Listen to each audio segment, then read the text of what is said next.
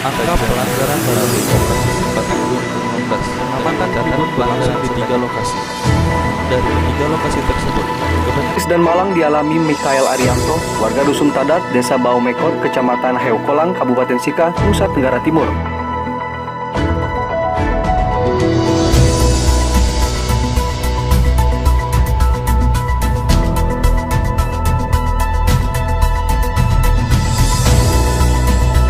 Assalamualaikum warahmatullahi wabarakatuh.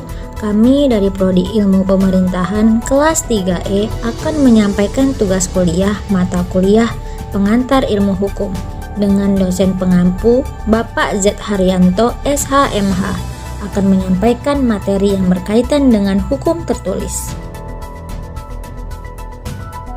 Sejak diberlakukannya tilang elektronik secara resmi pada tanggal 23 Maret 2021 hingga saat ini, sudah tercatat ada 2.059 pelanggaran yang didominasi oleh pengemudi roda 4 yang tidak menggunakan sabuk pengaman. Kasat Lantas Polresta Jambi, Kompol Doni Wahyudi menyatakan pelanggaran tersebut didominasi oleh pengemudi roda 4 yang tidak memakai sabuk pengaman atau safety belt dan menerobos lampu merah. Sedangkan sisa pelanggaran yaitu sedang bermain handphone saat berkendara serta pengendara sepeda motor tidak menggunakan helm.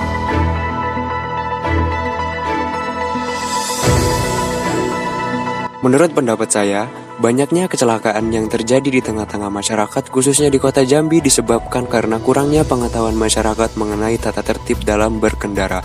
Seperti yang kita ketahui pada saat ini sudah ada yang namanya CCTV elektronik, yang dimana hal tersebut bisa menilang masyarakat yang melakukan pelanggaran dalam berlalu lintas. Seperti yang kita ketahui bahwa dalam Peraturan Undang-Undang Nomor 22 Tahun 2009 tentang Peraturan Lalu Lintas dan Angkutan Jalan telah dijelaskan bahwa sanksi yang melakukan pelanggaran lalu lintas akan dikenakan denda berupa uang tunai sebesar 250 hingga 1 juta rupiah.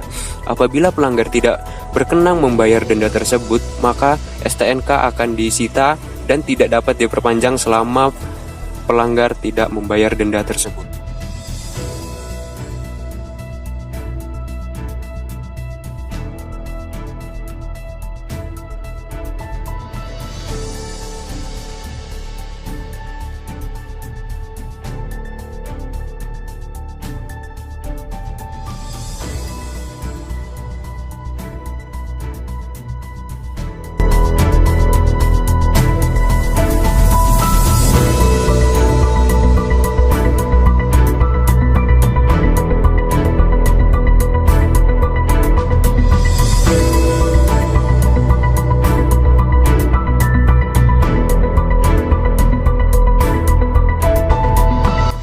Untuk memenuhi poin yang kedua, kami akan membahas mengenai hukum yang tidak tertulis, yaitu hukum adat. Cerita seorang pria dihukum pegang besi panas berawal dituduh bersetubuh dengan wanita dan kini tak bisa bekerja. Warga Desa Baumekot, Kecamatan Heukolang, Kabupaten Sika, Nusa Tenggara Timur, kini tak hanya menanggung malu, tapi juga tak lagi bisa bekerja. Sebab telapak tangannya mengalami luka bakar akibat menjalani hukuman adat dengan cara memegang besi panas. Hukuman tersebut diberikan oleh lembaga adat dan lembaga desa setempat karena MA dituduh telah bersetubuh dengan seorang wanita berinisial MYT umur 34 tahun. Dugaan kasus bersetubuhan itu dilaporkan korban MYT pada Oktober 2020. Lantaran MA menolak tuduhan itu, sesuai hukum adat yang berlaku, maka yang bersangkutan diminta melakukan pembuktian melalui sumpah. Caranya yaitu dengan memegang besi panas. Jika tangan terduga pelaku terluka, sesuai kepercayaan warga setempat, maka yang bersangkutan dianggap terbukti bersalah. Namun sebaliknya, jika tidak terluka, maka dianggap tudingan kepada yang bersangkutan itu dianggap tidak benar. Menurut saya dalam kasus ini terduga tidak bersalah, namun sesuai dengan hukum adat yang berlaku di sana, yang dimana jika memegang besi panas tangannya terluka maka dinyatakan bersalah. Tetapi jika tidak maka dianggap tidak bersalah. Dengan kondisi bisa tidak bisa Kakak awalnya kerja apa? Sopir. Berarti tidak bisa bawa mobil lagi. dan mobil saya sekarang pun sudah tunggal. Pas tanggal 7 itu kakak sempat minta kepada pihak lembaga adat supaya perempuan juga dihukum. Tapi tidak didengarkan oleh mereka. Kami Sebelum menikah Zara, memang saya pernah suruh karena mau sumpah ya suruh. Ketua Lembaga Adat Puter Mudeng Dotomolo Desa Baumekot, Victor Solot mengatakan, saat kejadian dirinya tidak terlibat dan tidak mengetahui akan ada ritual adat.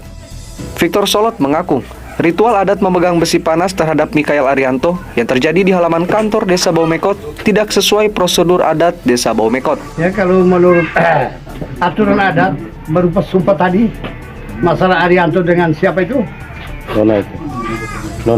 Nona. Nah, yang membuat ritual adat itu, menurut saya bukan menurut saya, tapi adatnya belum pas, kurang pas. Prosesnya salah ya. Prosesnya salah. Nah, kalau buat sumpah adat Nirang Rebu, tahap pertama itu harus kasih bakar api dulu, harus upacara dulu baru kasih bakar api, bakar kayu api. Itu tahap pertama. Tahap kedua mau kasih besi itu besi plat, harus besi plat, bukan besi bulat. Iya. Nah, mau taruh besi harus upacara dulu di besi itu dengan bahasa adatnya. Nah, itu tahap kedua. Dan tahap ketiga mau taruh daun hulet di tangan si pelaku ditudui, baru upacara dulu, buat upacara, baru taruh. Dan taruh di tangan Arianto dan sudah dipatok. Mulai dari sini sampai di sana, sekitar aturan adat biasa 5 depa atau sampai 7 depa. Jalan. Baru kembali bawa pulang itu besi. Itu pertama. Nah, yang berikut tahap kedua itu perempuan itu juga harus Nirang Rebu.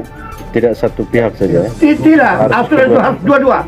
Kuasa hukum Mikael Arianto, Polikarpus Raga mengatakan, pihaknya sudah melaporkan kejadian ini di Mapolsek KW Pante dengan kasus penganiayaan. Pada hari ini semua usaha untuk kami membawakan peristiwa ini karena hukum kami sudah melaksanakan dan sudah diterima baik oleh pihak penyidik. Oleh karena itu laporan diterima, lalu sudah sementara dijalankan pada hari ini. Ini laporan terkait apa? Ini laporan terkait penganiayaan yang dilakukan oleh aparat desa, tokoh adat, anggota BPD beserta jajaran itu di Desa Baumekot. Dengan cara apa?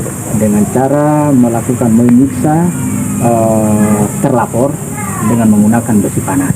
Sementara Kapolres Sika AKBP Sajimin menegaskan, pihaknya akan memeriksa Kepala Desa Baumekot atas dugaan penganiayaan terhadap Mikael Arianto. Pihak Polres Sika juga akan memanggil Lembaga Adat dan Babinsa Kodim 1603 Sika untuk dimintai keterangan.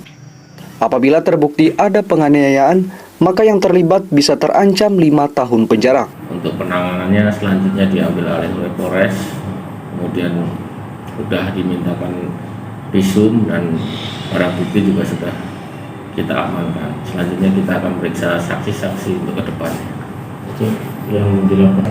Yang melaporkan dalam hal ini adalah Bapak Kepala Desa.